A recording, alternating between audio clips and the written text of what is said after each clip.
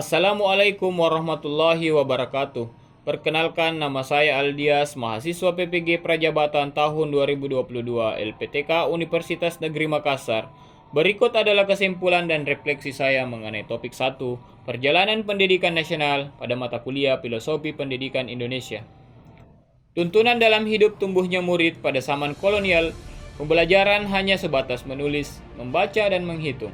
Itu pun hanya untuk mendidik calon pegawai dan hanya untuk membantu dalam mendukung usaha dagang oleh pemerintah Hindia Belanda. Peran dalam mentransformasikan pendidikan pada masa kolonial Belanda menuju gerbang emas kemerdekaan dan kebudayaan bangsa.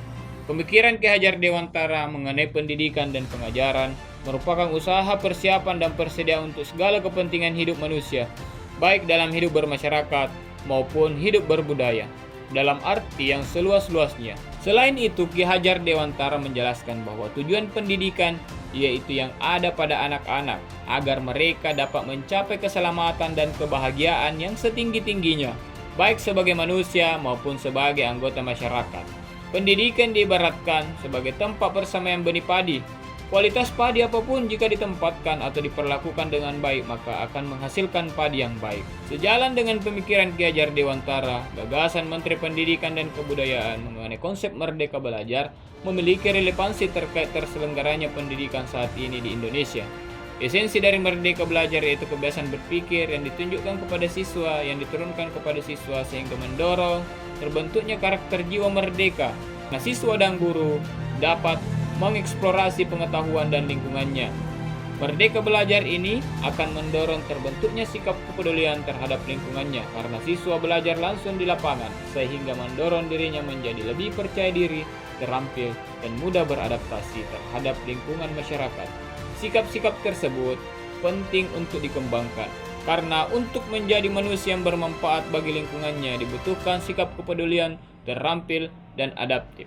Dimanapun berada sebagai seorang pendidik, saya menuntun tumbuhnya kekuatan-kekuatan menjadi kodrat dari peserta didik itu sendiri dengan mengarahkan segala daya upaya untuk memajukan perkembangan mental pekerti, pikiran, dan jasmani agar peserta didik dapat memperbaiki perilakunya, bukan dasar hidup dan tumbuhnya peserta didik. Bagi saya, seorang pendidik selalu dibutuhkan seorang murid agar bisa menuntun dan memperbaiki adabnya untuk mendapatkan kecerdasan yang luas sehingga terlindungi dari pengaruh-pengaruh yang kurang baik yang dapat menghambat bahkan melemahkan potensi yang ada pada dirinya.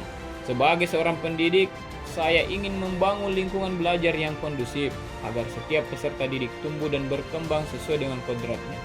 Dari pengaruh kebudayaan-budayaan berkembang sekarang ini yang membuat kekhawatiran tersendiri bagi para pendidik. Namun, sebagai seorang pendidik yang profesional, saya akan terus berusaha menjadikan kebudayaan Indonesia menjadi pilar utama serta senantiasa memfilter budaya dari luar yang masuk dan memberi pengaruh. Karena kita juga tidak bisa menghindari pengaruh budaya dari luar itu dalam memajukan pendidikan. Dan inilah yang menjadi refleksi dari saya. Terima kasih. Wassalamualaikum warahmatullahi wabarakatuh.